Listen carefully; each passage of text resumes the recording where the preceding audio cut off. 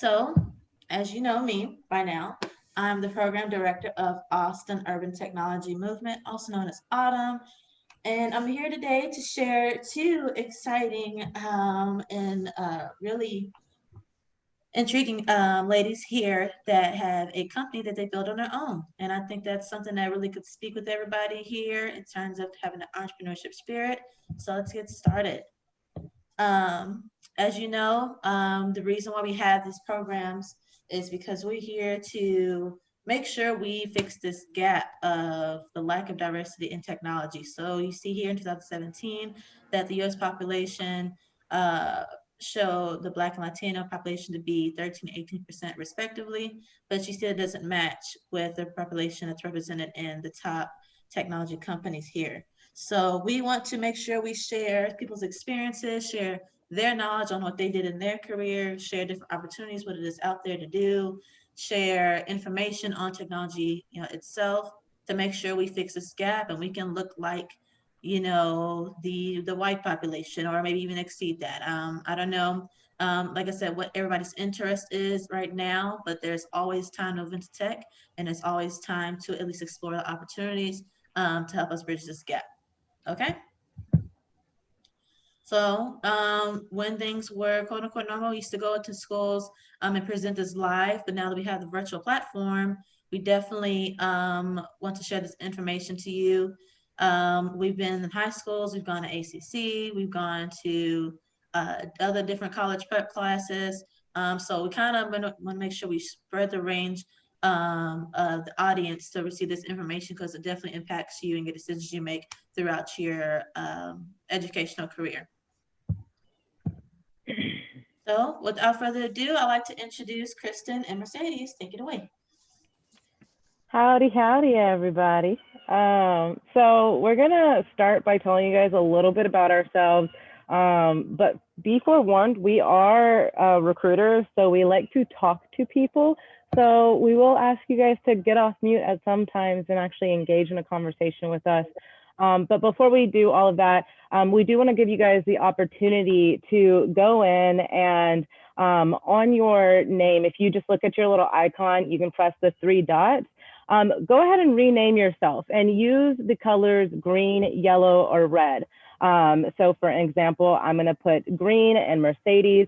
Green stands for you're all in, you're here, you're ready to engage, you're super stoked for today's meeting, so on and so forth. Yellow means you're down to engage, but maybe you're not going to have a huge paragraph to say, like, I probably will go on and on. And then red's like, please don't call on me. I do not want to talk to anybody. We understand the world we're living in right now is complicated, and days can be up and down with a drop of a hat. So I don't want to put anybody on the spot that doesn't feel ready to engage. But Kristen, can I tell a little bit about myself first, and then you can go into your little spiel? Please do. Okay, cool.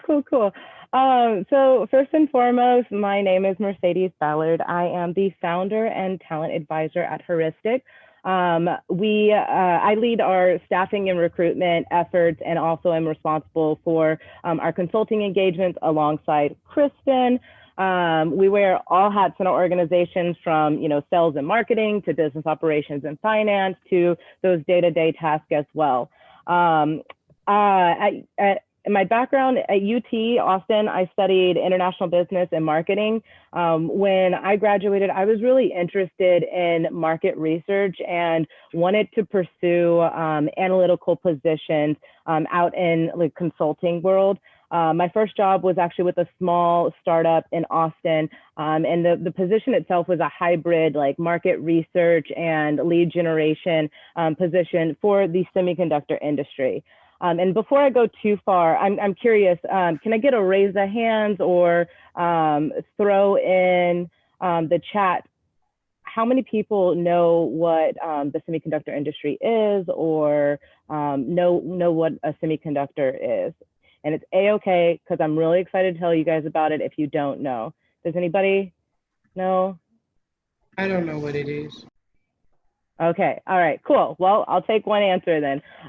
So semiconductors, they are essentially the brain of modern electronics. They are an essential component of every electronic device and actually enables these technologies in terms of communication, computing, healthcare, military systems, transportation, clean energy, countless other applications. Some of the key like companies in this area are going to be like NVIDIA, Intel, Texas Instruments, AMD, ARM, Samsung's even a key player. And I'm really passionate about this space because I don't think it gets talked about enough, especially with youth.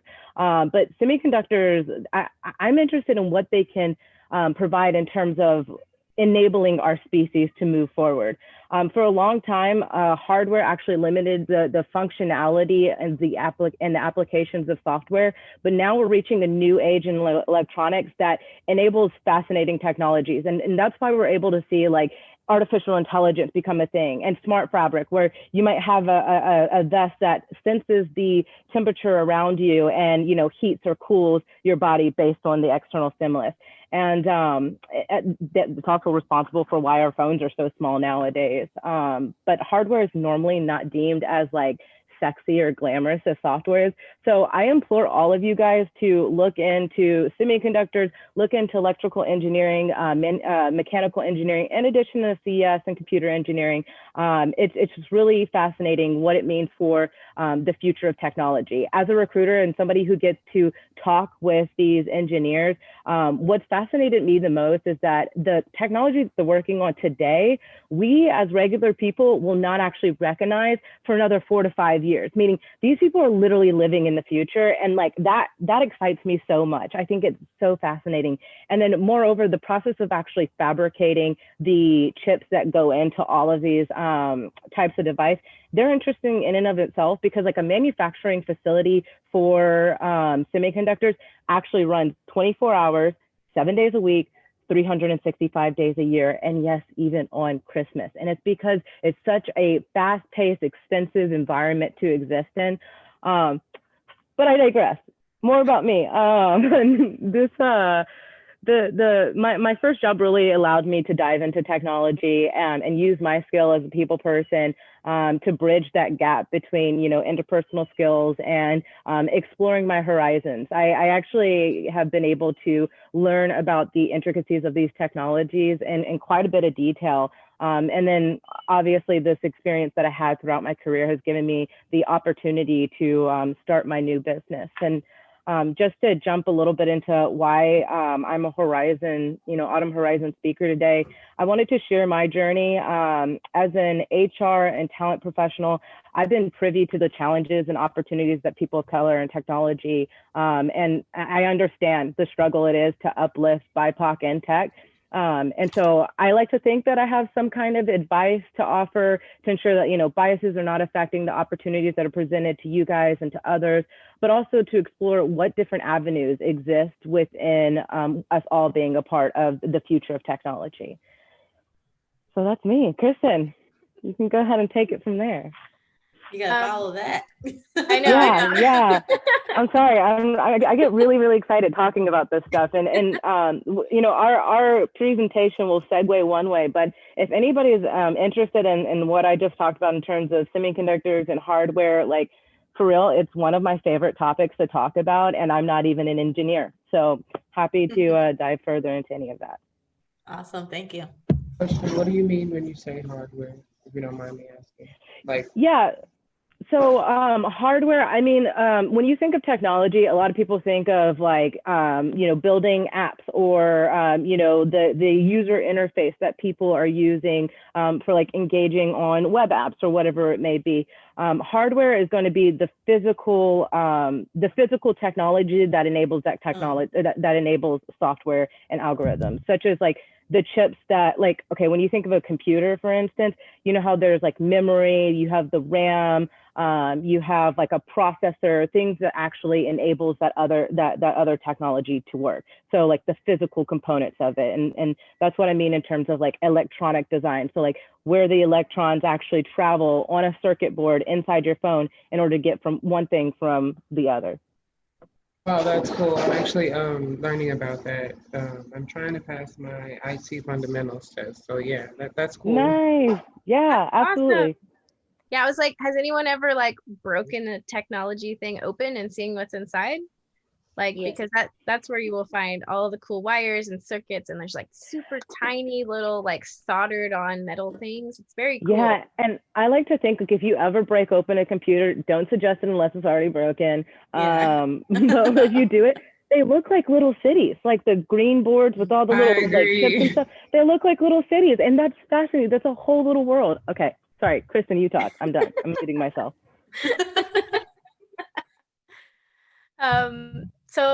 Mercedes is my business partner. It is absolutely a joy to work with her, as you can imagine. And just to give you a little bit about my background, I am from the Dallas area. I came down to Austin to go to UT, and I will tell you that like I was following all the paths that were laid in front of me. Like you should go to a good school and you should major in something important. And I got here and I had no idea what I was really doing. And I've never been all that good at math, but I was always really good at talking to people. And so I did pretty well in school. I was fine. But when it comes to like choosing a career, when I graduated, I really wasn't sure what I was going to do. And if you choose a career in technology, computer science, if you're learning how to code, or you're an electrical engineer and you start understanding the back ends of circuitry or any other technological aspect, it is so much easier to find a job after you graduate. But for me, I didn't have that. I had kind of like a regular marketing degree, which is kind of BS in a lot of ways. And then I also had a degree in Spanish because I had accumulated so much credit that I might as well have just gone ahead and got that degree. So when I graduated, I basically took the first job I could find, which ended up being a recruiting job. And I was pretty good at it because all you have to do is talk to people on the phone all day. And that was really how I got started. Luckily enough, I stayed an extra year at UT to get a degree in MIS, which is Management Information Systems. It's basically the closest thing you can get to IT inside of the business school. And so they teach you a lot about how the information, the technology works inside of a business so that you can like manage it one day, or at least speak to it in some ways. So I had this like sub focus in my academic career, and that was just enough to get me in the door at Google. So Google was my first job as a recruiter. And that sounds real fancy, but let me tell you how it actually was. Google had just kind of been in Austin for a couple of years. This is back in 2011, 2012. They'd only been here for a few years, and they were looking to grow as many recruiters as they could. And the recruiter's job is to cold call every person in America to find super smart software engineers and convince them to come work at Google, which doesn't seem like a hard task, right? Because Google was pretty fancy, shiny, everyone wants to work there. But it's actually very hard to get a job there as a software engineer because they have really high technical bar. So that was my first career. First job. They taught me everything I need to know about the landscape of software engineering, of how software engineers like to interact, where you can find them, what kinds of skills they have, what do their resumes look like, etc. And that set the groundwork for the whole rest of my career. Because from Google, I jumped to some other big tech companies. I worked at Facebook for a while. I worked at Twitter for a while. And then I started working at startups because I found that although it's really cool to have those things on your resume, I wanted to be like in the weeds doing real work as close to the core of the business as I could. And when you work at very big, giant companies like that, sometimes you can feel a little bit like you're just a cog in a wheel, like an assembly line, Henry Ford type of situation. And I liked working at startups because it was like me doing a million different jobs, and like if I didn't show up to work that day, like it wasn't going to get done. And that's just really motivating because you care about kind of what you're doing. So this was really convenient when I graduated in 2011, 2012, that Austin was turning into this tech boomtown. That was just like really good timing. Thank you, universe. I appreciate it. So all of this tech started moving to Austin, and there's lots of opportunity to kind of grow a career. And since then, as we know now, it's 2020, this is just absolutely the right place to be if you're interested in pursuing a career in tech, because a lot of places are moving their headquarters here. A lot of places, if they're not headquartered here, they have huge offices that are growing like crazy. And that's awesome. So that's kind of my my roadmap to where I am today. I've worked in startups for the past 5 years, and I am not, like I said, I'm not very good at math, but I do love tech, and I want to geek out and be a nerd and be an early adopter and get the brand new iPhone every time I can.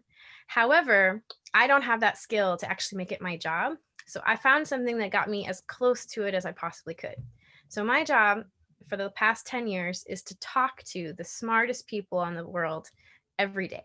And my job is to get to know them, understand why they like their job, what kinds of things they're working on, where do their passions lie, and then try to convince them that the place I was working for is the best place for them. And sometimes it is, sometimes it isn't. But I can't tell you how good it feels when, like, I don't know if any of you guys have like your first job already. It's probably not the coolest thing ever. But when you grow up in your career, your job will become something that you're proud of.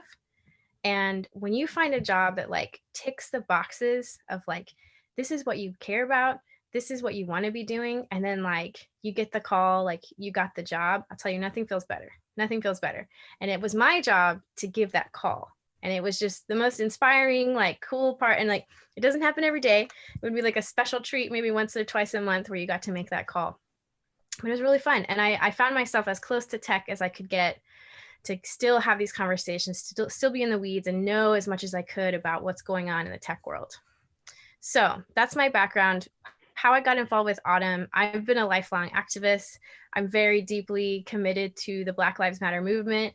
I somehow randomly stumbled into a community meeting for DECA, and Michael was speaking about AUTM, and I was like, this is awesome. I want to help with this, because the idea is to bridge these gaps that are obvious inside of the tech space. In the tech world, they know that they have a diversity problem. They just haven't been able to do much about it this whole time. And now there's a moment where they can. And I'm so excited to try to be in the middle of it. Like I said, I like to be in the weeds and try to see if I can make a difference. So one funny thing, I don't know if any of you guys are like Star Wars fans, but episode 2, they're building a clone army, all of the stormtroopers that are all identical, right? When Google realized that there literally aren't enough software engineers in America to meet the demand that they expect to have for that talent in a couple of years from now, what did they do?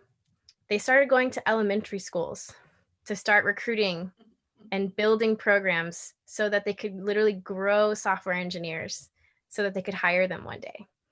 And it's kind of creepy in some ways, but it's a good thing if they're also doing it in Black and Brown communities, because we want those people to have the same opportunities to go get those awesome Google jobs later on in your career. So here we are today talking to a slightly younger generation, because I can't tell you how many times I've said to fellow recruiters in my career, if I could do it over again, I would get the CS degree. I would get the degree in computer science, because there's nothing more valuable right now than having technical expertise. Mercedes can talk to this too. With regards to hardware, Austin is the hardware capital of the United States. There are more hardware companies here in a big group with infinite headcount. There's just so many opportunities, so many jobs available. So if you choose a career like that, your life is going to be set. It's going to be very, very, very exciting moving forward. So very long story to tell you my journey, why I'm here today. I'm really excited because anytime I get a chance to try to coach someone to make slightly better decisions than I did, I'm all for it. However, things have worked out really well because of my experience in startups and learning from the best, right? Like, we all know that Amazon is like a little corrupt and they're kind of taking advantage of the world and whatever, but they have figured out some good methods here and there of how to do things. So what if we could take that brilliant advice and share that with small companies or any other person to make things more efficient so other people have the same chance? And I feel like that's what I've learned in my career is I learned the best ways to recruit from the best, biggest companies. And now we can share that knowledge with any other company that wants to get on the same page. So that's what we're trying to do. And I'm really excited to talk to you guys more about that stuff today. Yeah, so thank you, Kristen, for that. I appreciated hearing your perspective as well.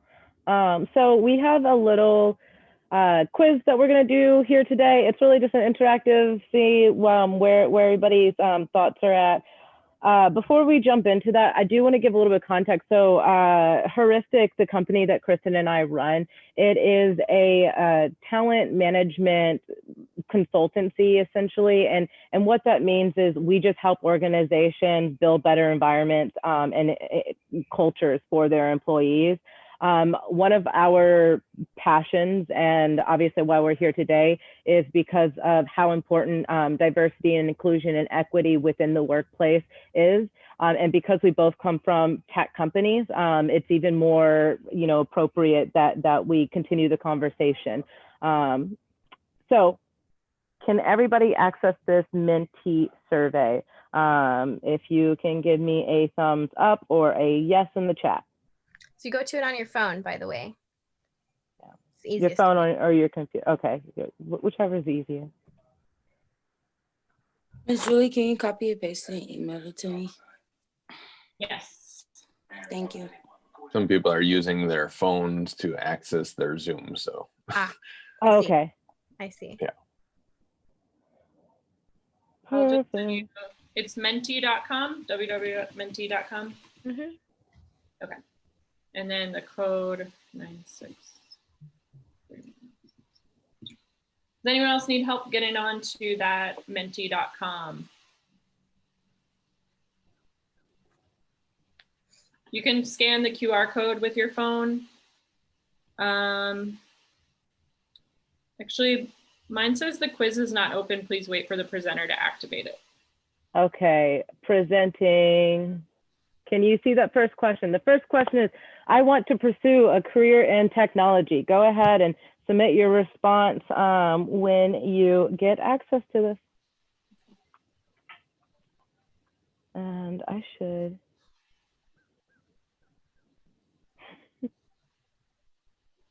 All right. Yeah, I see it now. Okay, perfect. All right. Oh, yes, responses are coming in. So far we are at 100%. Absolutely, that's why I'm here. I love to hear that. Excellent, guys. Cool. So second question, do you feel empowered to pursue a career in technology?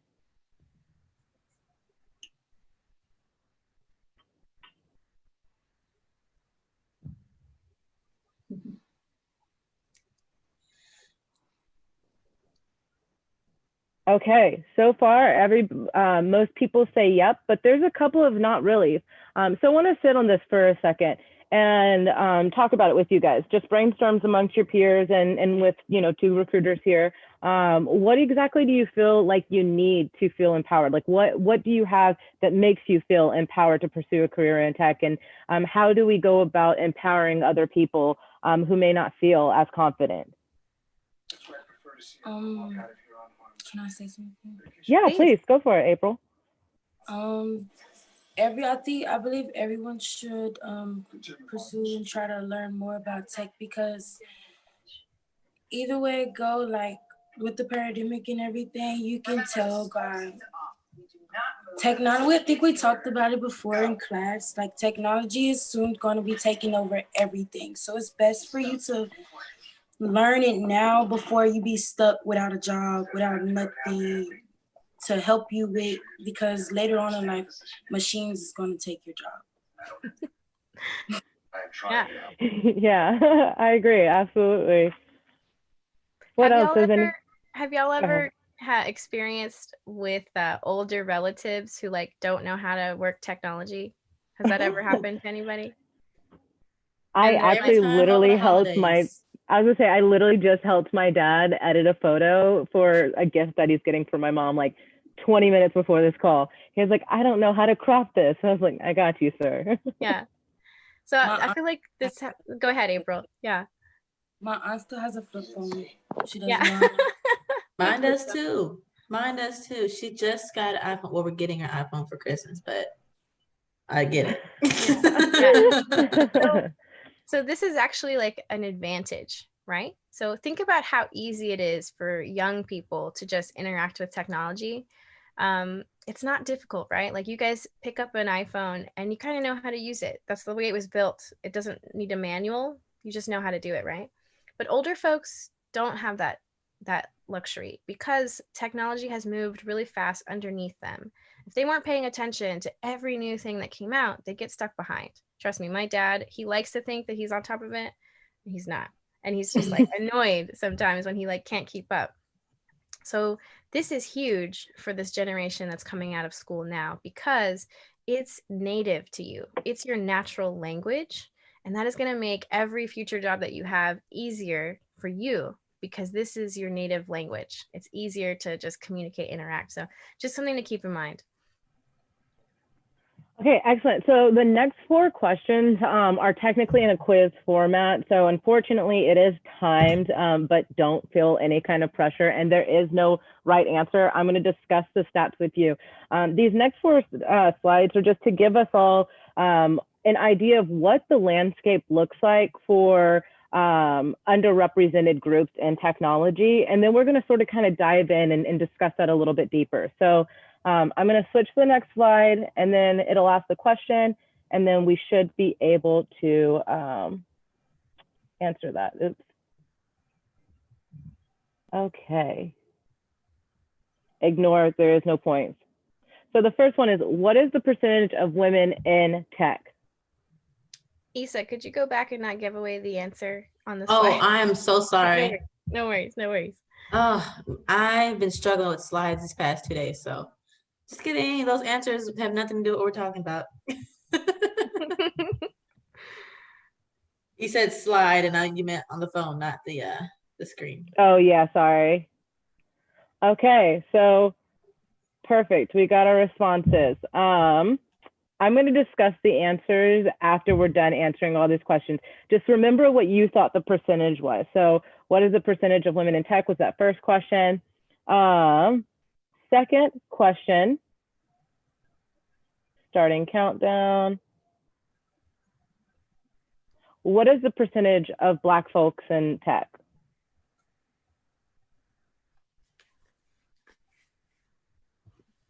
And this is all according to LinkedIn's 2020 Workforce Diversity Survey. So that's where we got our stats and the most recent information.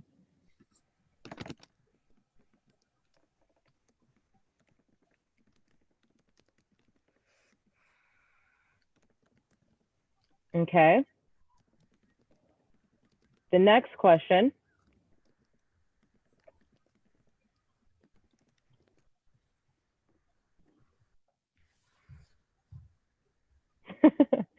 What is the percentage of Latinos in tech? I love these comments. When my nephew was like 4 years old, he was like figuring out where YouTube was, how to FaceTime his grandmother. It was insane. I was like, I still don't even know how to find some of those things myself. Okay, perfect. And then the last question, just remember what you thought the answer was in your head for right now. But the last question,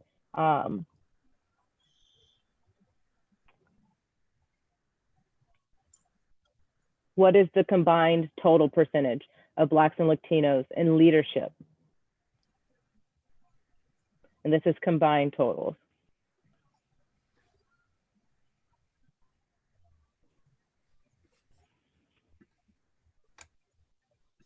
Okay, you guys can go to the next slide. So, sorry, Isa, you can go to the next slide. So I will say overall, everything's not as doom and gloom as everybody voted. I feel like everybody actually voted skewed to the lower percentage parts. But the reality is that 24%, the makeup of women in tech is 24%. Black people only make up 1.3% in technology. And as a Black person, that makes me actually extremely sad, especially because my family are the Black people in tech. And so I'm like, are they the only, because my dad's the only Black person in all of tech? Like, it's surprising. And then percentage of Latino people, we got 3.3, and combined total of Blacks and Latinos in leadership is 4.4. So I want to take a moment and sit here, digest these numbers, and just hear from the Mind Hive. Like, what is your initial reaction? Like, how does this make you feel? Does it make you hope for the future, or do you feel all doom and gloom? Like, what's your opinion? Like, what are we thinking?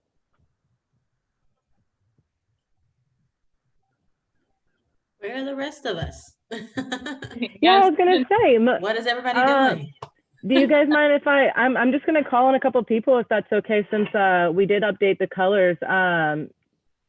Chat Matt, do you have an opinion? That's my my computer for chatting with the students.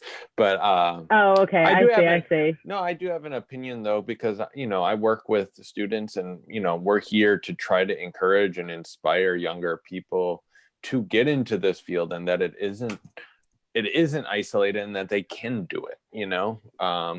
That's what Julie and I are here for. So we're trying to inspire them, to feel that they could be confident and go into these fields.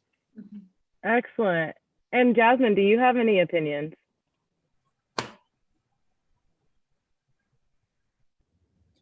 No. Okay, that's perfectly all right.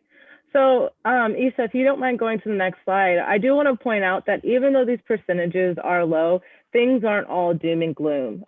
We have to acknowledge millennials and Gen Zs, they are the most diverse generation that we've ever had. As a matter of fact, I don't know if you guys saw this, but this year marked the first time in US history where over 50% of the people who were born was a person of color. And I think that's extremely exciting as the mixing pot that is the United States of America. And so it's just that the trends is just going to be even more greater as we continue, throughout time. Additionally, 67% of job seekers consider workplace diversity an important factor when considering employment opportunities. So that means, as a result, the employers only have to get on board with our movement. Over 60% of organizations are building on their DEI programs. And that means they're starting from scratch or expanding on what they already have. And to subpoint this, the most popular initiative currently being supported is widening talent pools. No, you're fine. And what that means is we see companies and organizations partnering with people like AUTM to implement, apprenticeships and different programs to actually go out and train and uplift these communities. And so there really is a lot of hope. It's not all doom and gloom. These numbers seem small right now, but I think real change is upon us. Does anybody have any experience interviewing for a job? Have you had to sit down with the manager and they ask you about your experience? Has anyone gone through that process yet? Yes, but that's the worst process ever. Oh yeah? Tell me about it. You get so scared and nervous, you're like, I don't know what to say, and if I say the wrong thing, what if they don't hire me? Because when people are looking for candidates for a job, they're looking for people that's exactly what they're looking for, not a little bit that need a little bit of work or nothing. It's just looking exactly what they're looking for. And if I say the wrong thing, I'm gonna be scared. Right. Okay. Put a pin in that real quick. I'm going to come back and talk to you about your comment in a second. Did someone else say something? Was it you, Jasmine? Someone else has had some experience interviewing for a job? Sorry if I didn't see that, my mistake. But what I wanted to tell you guys is with kind of what Mercedes is talking about with all of these numbers here on this slide, and there is a lot of hope. There's a little secret I'm going to let you in on. Because we as a society have decided that keeping things unequal is no longer cool, we're going to actually make change to fix this. What that means is that, April, now you are the right candidate, right? There's an advantage that you have now, and we have to take advantage of that, right? And it kind of sounds silly, but I promise you, when you get out into your career, when you take the next step, you're suddenly very, very attractive.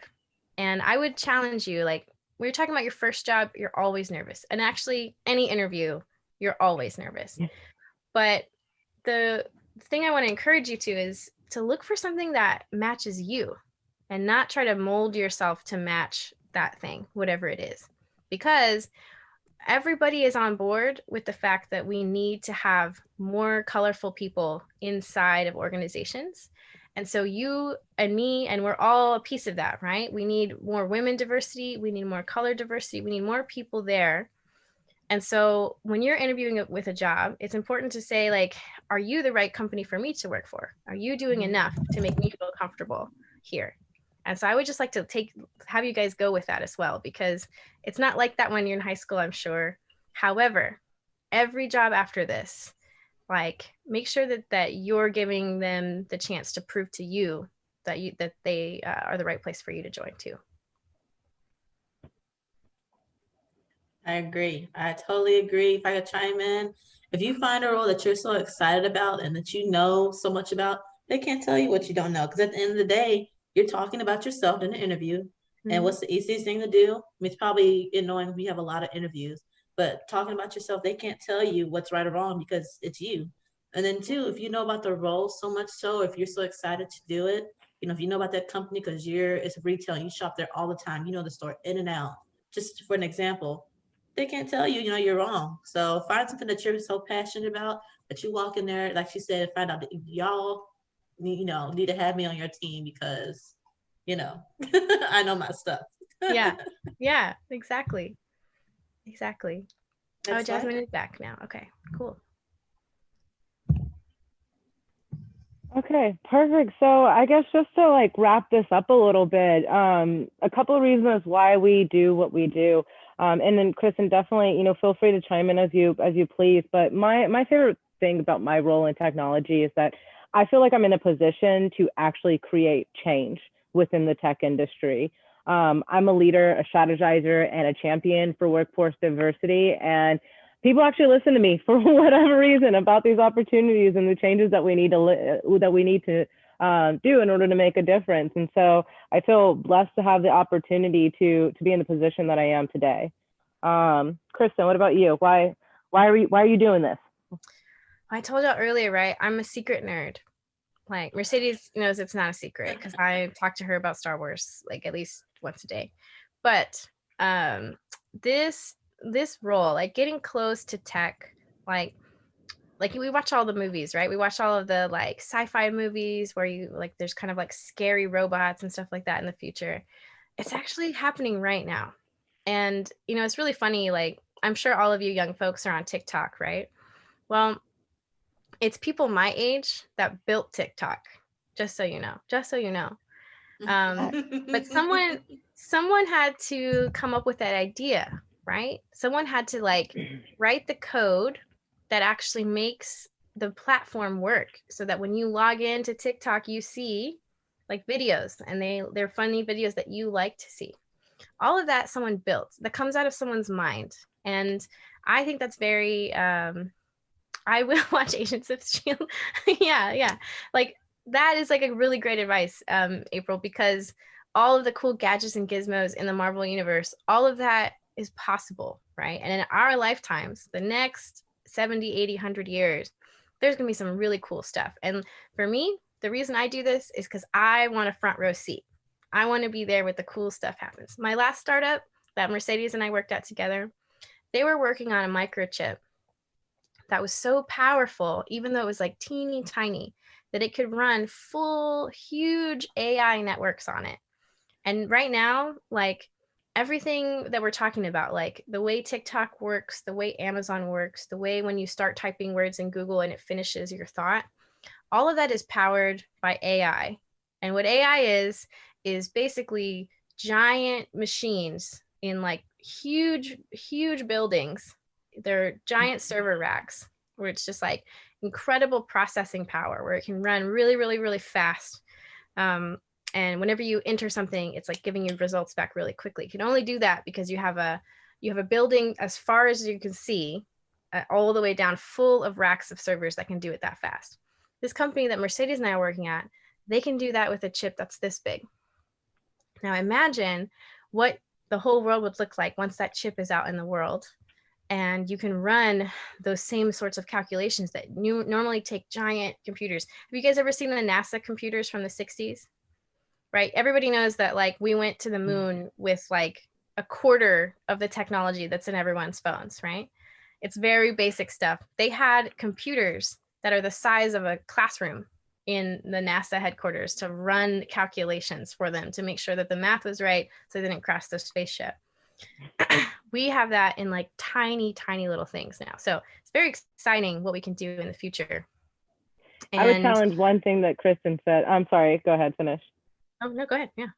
All I was going to say is that you talked about the things that people, like, you know, that you see on TV and stuff, trying to make that stuff become a possibility. I would challenge you and say, like, things that people think are impossible today is definitely going to be possible in the future. And so I think that technology aligns really, really well with like the arts, because the more creative and imaginative you are, the more that you can become a possibility within tech or with tech. And I think that's one of the things that drives me to it. It's just I find that fascinating. I'd love to hear from more people on the call. Is anybody else kind of excited about technology? Like, what is it? Like, is there anything that we've said that's kind of piqued your interest? Kind of an easy answer here. Maybe about art, because like, I mean, that's such a good point. They have robots making music now, Julie. It's incredible. And like, we thought that was something only humans could do. But anybody else on the call? I'm gonna look at some names here. Perhaps Jonah, Desiree, anyone else? I was finna go use the restroom, but I mean, not me cuss, but one thing about technology that I really loved about it, just like from watching the movies and videos from like Marvel and stuff, I really love Marvel. And like, I was just thinking, cause they have technologies to where they can find like different solar systems and stuff like that in the future. So if we can like build more techs in the world, we can have stuff like that. Like they will make stuff like the gadgets and stuff that they have. I'm really interested in stuff like that. Hell yeah, space travel, let's go. But I think it's another solar system, but not this one we're in, but it's another one. Wouldn't that be cool to be alive when they figure that out for sure? Because that probably might happen in our generations. That would be really cool. All right, anybody else want to share any like things that they think is exciting about tech? Yeah, I'll go. I was watching this Netflix documentary a couple of days ago, I think, where it was talking about how they were planning on using, but they were talking about probably in the future they would use tech to like terraform like exoplanets and such like that. I was and in between that video, it had showed that there was a group of people like scientists and like engineers who were building a machine that would basically mine the dirt from the planet that they were trying to terraform to like use AI to like basically build replacement parts and such to like just in case like let's say a wheel broke, it could use the materials around it to just make another wheel and replace that wheel that broke, and then the machine would be fully like repaired, and then it could keep doing what it needed to do and stuff like that. So I mean, it's pretty fascinating that that's where technology is going and such like that. So yeah. Yeah, that's so cool. That is dope. Have you seen the movie Interstellar? Yeah, I have. Anybody? It's a pretty good movie. It's like I'd say one of my maybe like top 10 favorite movies, just because of the way they do everything. Like they have the black hole, and like you know what I mean? Like they make it seem like there's like a fourth dimension, all that extra stuff. So yeah, it's a pretty good movie. What's cool about that movie is like it's kind of alludes to this like future that we could end up in where we sort of run out of food because we're so focused on city life that we forget that farming is essential to the way we live. And there's so many new technologies that are going into like food production because of what you're saying, right? Like terraforming, like figuring out how to provide for the species using tech to our advantage so that we'd ever end up starving because there's so many people on the planet. It's fascinating. And like, it could be someone on this call right now who figures out the answer to this to make sure that that's never a problem for us. It's very exciting. Mhm. Anyone else? You know, of Spy Kids, not the first one. Well, I think it's the second one. Yeah. Well, probably the first one. When they went to the their parents' safe house and they put the little packages of food in the package inside the microwave and the McDonald's came out. Yeah. Yeah. Yeah. I think they should start building a technology that makes like food in a package, but then when you put it in the microwave, a meal comes out. And healthy That will food, actually right? help in the future. Yeah. Yeah, healthy food. I think there's a lot of folks who don't have access to like fresh fruits and vegetables, and we could find a way to get people those nutrients. That would actually improve people's lives. Yeah, that's awesome. That's actually one of my favorite topics, is the future of food and technology. And if we had more than 10 minutes left, I would be down to like go into very detailed information about how the future of farming is going to be, ran by robots and whatnot. But it's really cool. People have some really interesting solutions to feeding the masses, but with both sustainable and healthy alternatives to what we're seeing now in agriculture, and that's super fun. Since we do have a little bit or we're running out of time, I just want to get to the last slide real quick. Our advice and guidance, just to answer the question, like what you guys should know about about our role and career. The biggest pointer I like to literally point out to anybody is the power of networking and finding a mentor. I cannot emphasize enough how the power of building authentic and genuine connections with others, especially people that inspire you, can lead and open so many doors. And the other thing I will point out is, like, I think it's extremely, it can be scary. It can be really scary to reach out to somebody and be like, hey, I want to pick your brain, or I want to learn more, or I want you to be my mentor. But the beautiful thing is, I've never had anybody say no to me. No one has ever turned to talk about themselves. So when you ask them, hey, can you tell me about your story? Like Isa asked us today, we were like, oh yeah, we'll talk. And here we are an hour later. Yeah, exactly. So find someone and cling on to them and learn all that you can. Be open, make genuine connections with your peers, with people younger than you, with people older than you. I think that we all have so much to learn from each other. And when you engage in these relationships, always practice active listening. I think we get in a horrible habit of, wanting to reply immediately to something somebody says, but just take a moment and actually absorb the information that people are saying. And even if that means that there's going to be an awkward silence afterwards because you're thinking so hard about what they just said, I promise you that's actually more endearing than, trying to keep the conversation going. Yeah. I'll second her point about mentorship.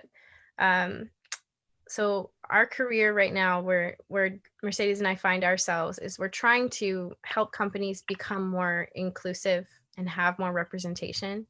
Mentorship is the number one thing that fixes this problem. So what you want to do is cause a collision between you and someone that's not like you. And what happens is both of you learn about the other person.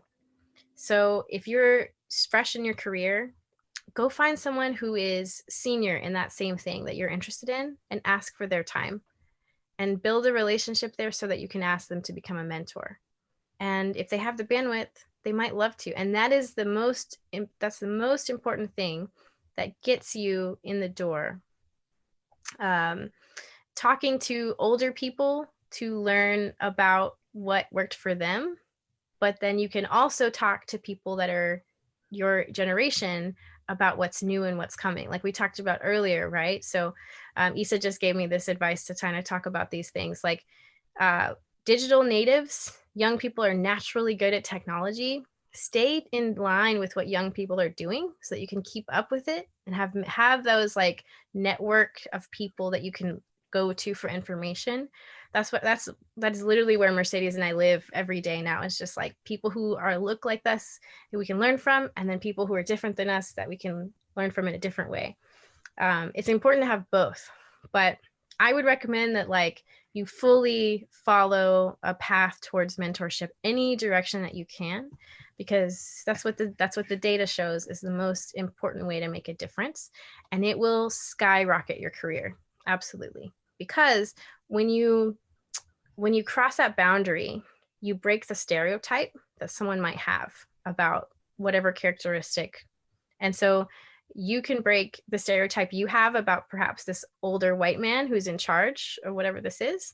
And then you break the stereotype of whatever young person stereotype they might have against you. And when you realize that you're both awesome, you help each other. And that's how mentorship turns into opportunity. Beautiful. So Wow. last but not least, before we hand it over, any questions?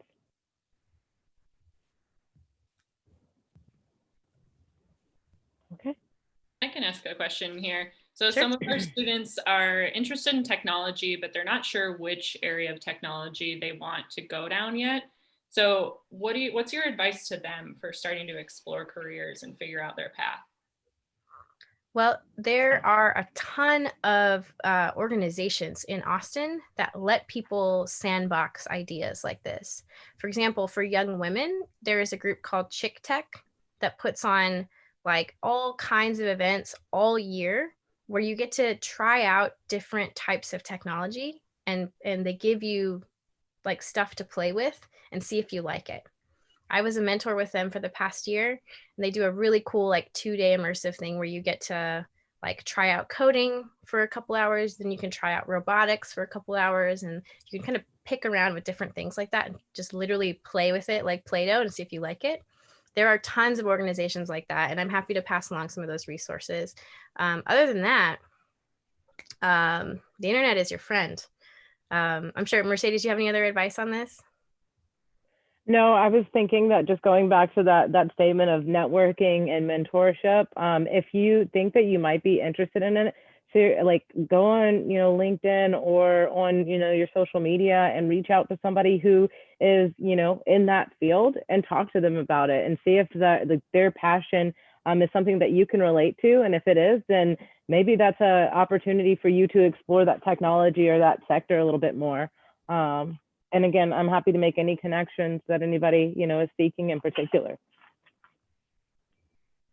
Oh, good question here from April. How do we go about building our own organization? It's funny that you say that. It's been quite the journey. So Mercedes and I, our whole career, we've been working inside of other organizations. So there's already someone doing the job of like making sure we get paid and making sure our health insurance is set up and stuff like that, right?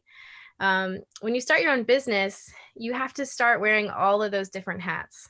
And like, there's only 2 of us, and we are responsible for everything that has to happen. So it's all the little things like scheduling the appointments and the calendar invites and taking notes, and also the really, really big things like brainstorming solutions for our customers and stuff like that. The thing that works the most is staying in close communication. Communication is everything, and having some trust with your partner too. So what's really great about Mercedes and I is we have a lot in common, but we have like slightly overlapping strengths. So she's really good at some stuff that I don't really like to do, and vice versa.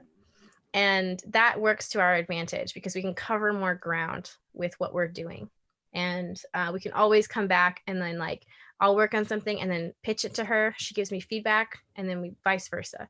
And that kind of dynamic helps us kind of scale our organization. I'm looking forward to the day when we get to bring more folks into it and benefit from more brains on the activity, right? Like, what do you think we're doing? The more brain power, the better. I'm looking forward to the time where we can bring more folks into the fold.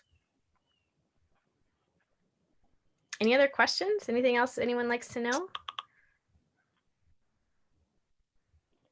And just so you guys know, I did drop our email addresses and our handles for all social medias. We're most active on Instagram and LinkedIn. Feel free to connect with us and reach out if you have any questions or if you want any introductions or anything of that sort.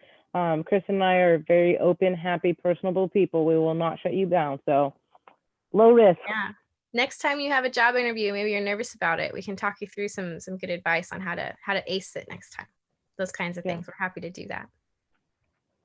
And yes, Julie, I do know Dana. I know her really well. Awesome.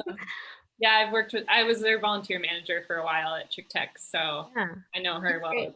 Yeah, she's awesome. Thank you so much for coming in. We really appreciate it. And yeah, Isa, we'll look forward to future talks from more of your Horizon speakers.